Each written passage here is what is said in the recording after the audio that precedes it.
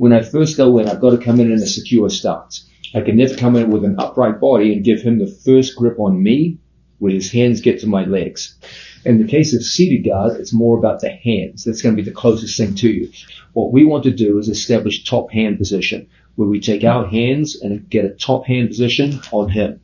So when he goes to grip us now, it's going to be quite difficult. What I want to do is keep my elbows close to my hips. As I come out in stance, we come in and my head makes the first contact. If he goes to grab my wrist in this position, my elbows are so close to my body, it's going to be hard for him to be able to take them off.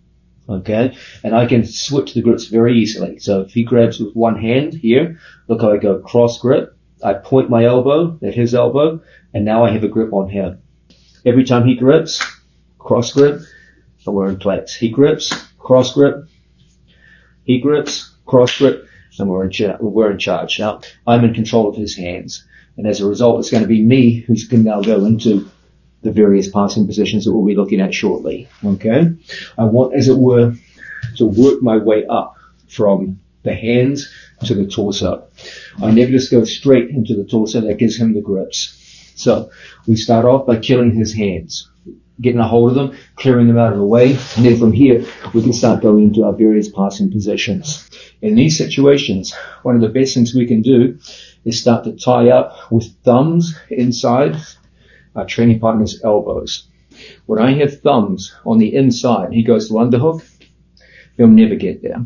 Okay? In fact, any kind of grip. If he goes to grip me now, as long as my thumbs are inside his elbows, it's very difficult. Anywhere from the wrist to the elbows with inside thumb position, when he goes to tie up with us, will be very difficult. And it'll be easy for us now to get into our various attacks. So what are these grips we're talking about?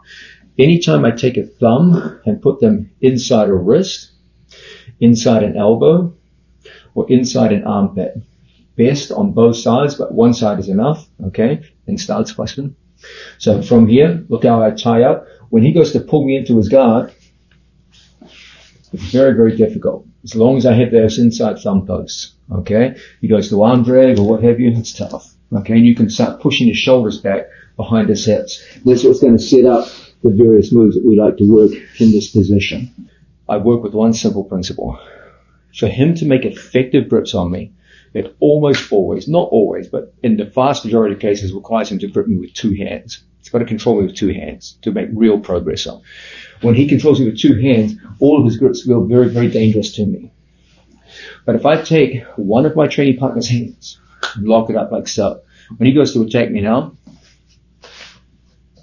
he'll never do it. So those are some sensible ways to use gripping strategies to shut down your opponent when you approach a seated guard.